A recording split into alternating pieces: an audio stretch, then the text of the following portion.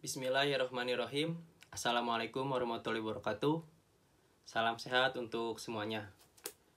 Izin memperkenalkan diri, saya Muhammad Naufal Dira Asmara, NPM 231000399 dari kelas I, Fakultas Hukum Universitas Pasundan. Saya di sini akan menjelaskan apa yang saya sudah baca dari buku Logika Karya Mundiri, yang mana buku ini buku yang direkomendasikan oleh dosen kami, Pak Alfi, yang selanjutnya memberikan tugas kepada kami dengan membuat resensi halaman berapa yang sudah saya baca dan informasi apa yang saya belum mengerti. Saya sudah baca dari halaman 1 hingga halaman 15, dari poin A hingga poin G. Poin A ialah arti dan sejarah singkat logika. Logika adalah bahasa Latin berasal dari kata logos yang berarti perkataan atau sabda. Yang dimaksud dengan logis adalah masuk akal, dan tidak logis adalah sebaliknya. Irving M. Kopy menyatakan, logika adalah ilmu yang mempelajari metode dan hukum-hukum yang digunakan untuk membedakan penalaran yang betul dari penalaran yang salah. Kata logika ini sendiri dipergunakan pertama kali oleh Zeno dari Citium.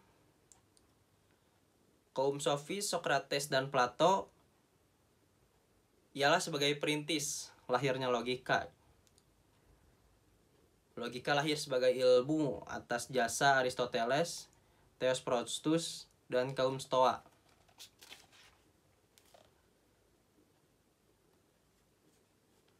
Selanjutnya dari poin B, ada arti ilmu.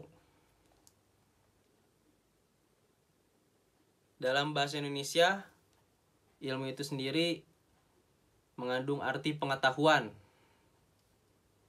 Pengetahuan ialah hasil dari aktivitas mengetahui, yakni tersingkapnya suatu kenyataan ke dalam jiwa hingga ada keraguan terhadapnya.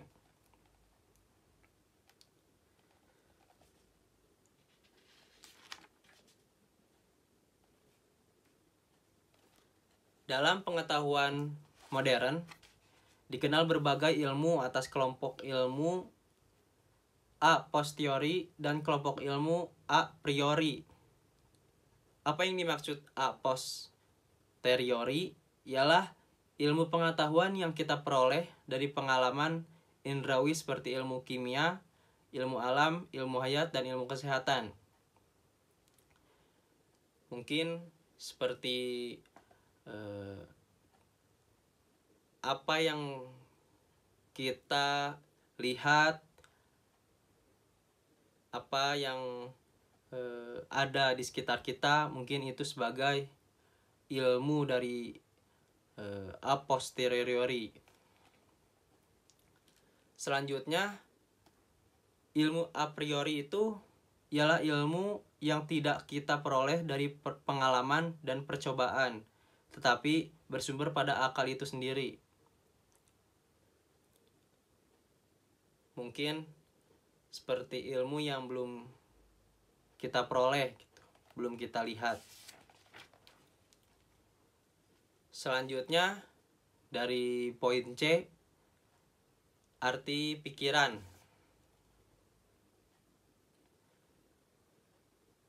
Logika tidak mempelajari cara berpikir dari semua ragamnya, tetapi pemikiran dalam bentuk paling sehat dan praktis.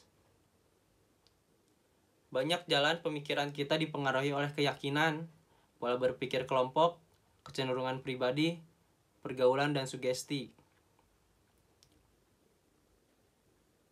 Logika juga menyelidiki, menyaring, dan menilai pemikiran dengan cara serius dan terpelajar, serta bertujuan mendapatkan kebenaran terlepas dari segala kepentingan dan keinginan perorangan.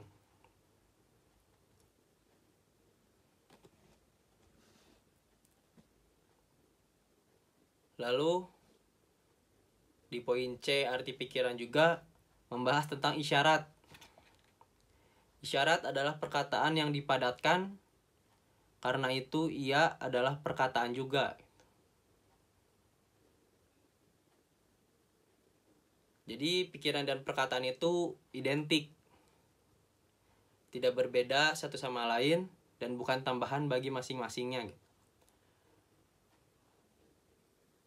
Lalu, pikiran adalah perkataan dan perkataan adalah pikiran.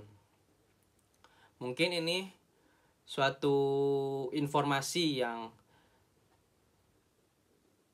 saya belum paham, dan nanti di akhir video saya akan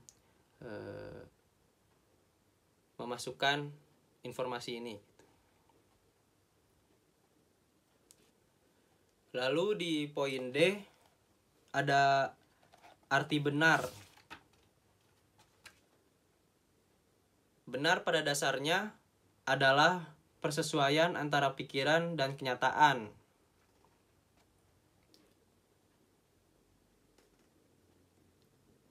Lalu yang saya baca ini,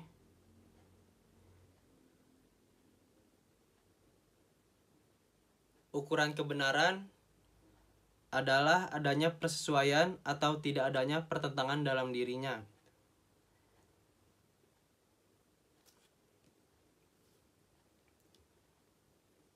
Lalu di poin E yang saya baca ada asas-asas pemikiran, yang mana asas-asas ini yang sudah sedikit Pak Alfi jelaskan di kelas kemarin sedikit. Maka asas pemikiran adalah pengetahuan di mana pengetahuan lain muncul dan dimengerti. Asas ini dibedakan menjadi 3. Yang pertama ialah asas identitas atau principium identitas, atau bahasa lainnya kanun zatiyah. Ialah dasar dari semua pemikiran dan bahkan asas pemikiran yang lain. Jadi yang sedikit saya pahami dari waktu kelas bersama Bapak, seperti contohnya saya sedang membicarakan dengan kawan saya, Mustafa itu ialah RW di rumah saya. Lalu teman saya yang satu lagi mendengar dan berkata kepada saya yang sedang ngobrol, "Oh, Mustafa itu yang di kelurahan ya?" Mungkin karena namanya sama, jadi yang mereka anggap itu Mustafa yang orang yang sama gitu. Padahal yang saya sedang obrolkan Mustafa yang ada di RW gitu. Mungkin seperti itu. Prinsip ini mengatakan bahwa sesuatu itu adalah dia sendiri, bukan lainnya. Sama seperti yang saya jelaskan barusan gitu. Lalu yang kedua ada asas kontradiksi atau principium contradictionis. Bisa disebut juga konun tanakud. Prinsip ini mengatakan bahwa pengingkaran sesuatu tidak mungkin sama dengan pengakuannya. Jadi seperti contoh yang diambil oleh Pak Alfi, di sini mati lampu, tapi di sini tidak mungkin tidak mati lampu gitu. Mungkin seperti itu. Yang ketiga ada asas penolakan kemungkinan ketiga atau Principium exclusi tertii.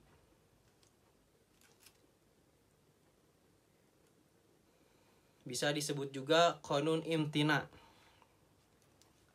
Asas ini mengatakan bahwa antara pengakuan dan pengingkaran kebenarannya terletak pada salah satunya.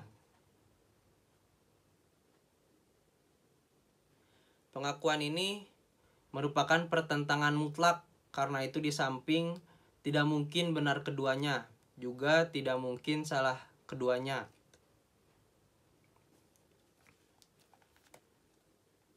Lalu di poin F ada cara mendapatkan kebenaran.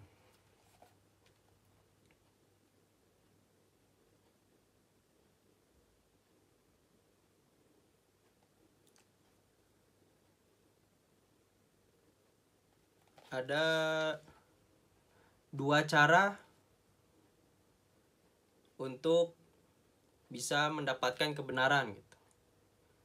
Yang pertama dengan metode induksi, dan yang kedua ada metode deduksi. Yang pertama, metode induksi adalah cara berpikir untuk menarik kesimpulan yang bersifat umum dari kasus-kasus yang bersifat individual.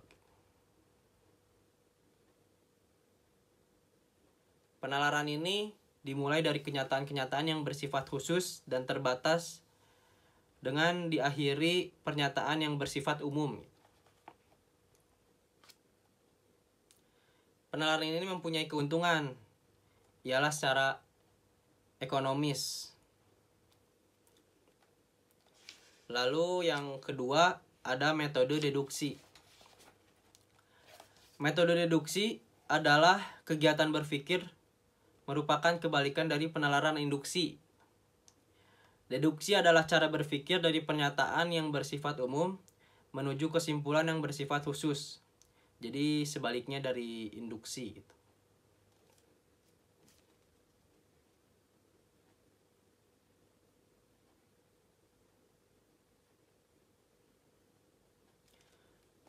Lalu di poin G yang saya baca ada pembagian logika.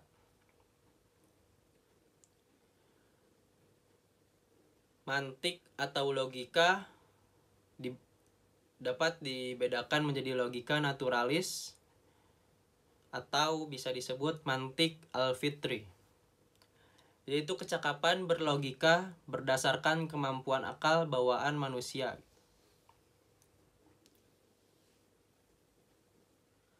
Kemampuan berlogika naturalis ini tiap orang berbeda-beda tergantung dari tingkatan pengetahuannya.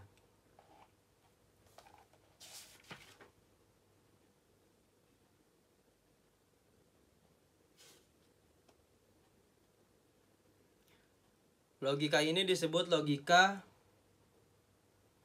artifisialis atau logika ilmiah, yang bisa disebut juga mantik as-suri, yang bertugas membantu mantik al-fitri.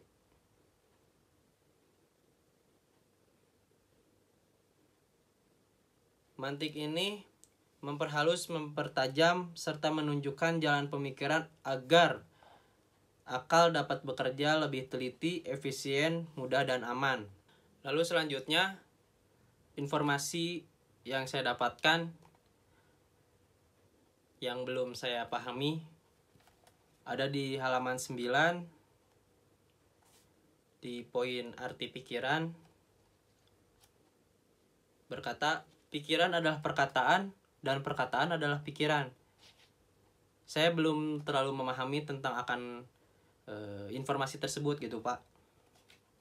Lalu selanjutnya yang saya belum mengerti itu tentang asas, Pak. Dari asas identitas, asas kontradiksi, asas penolakan kemungkinan ketiga.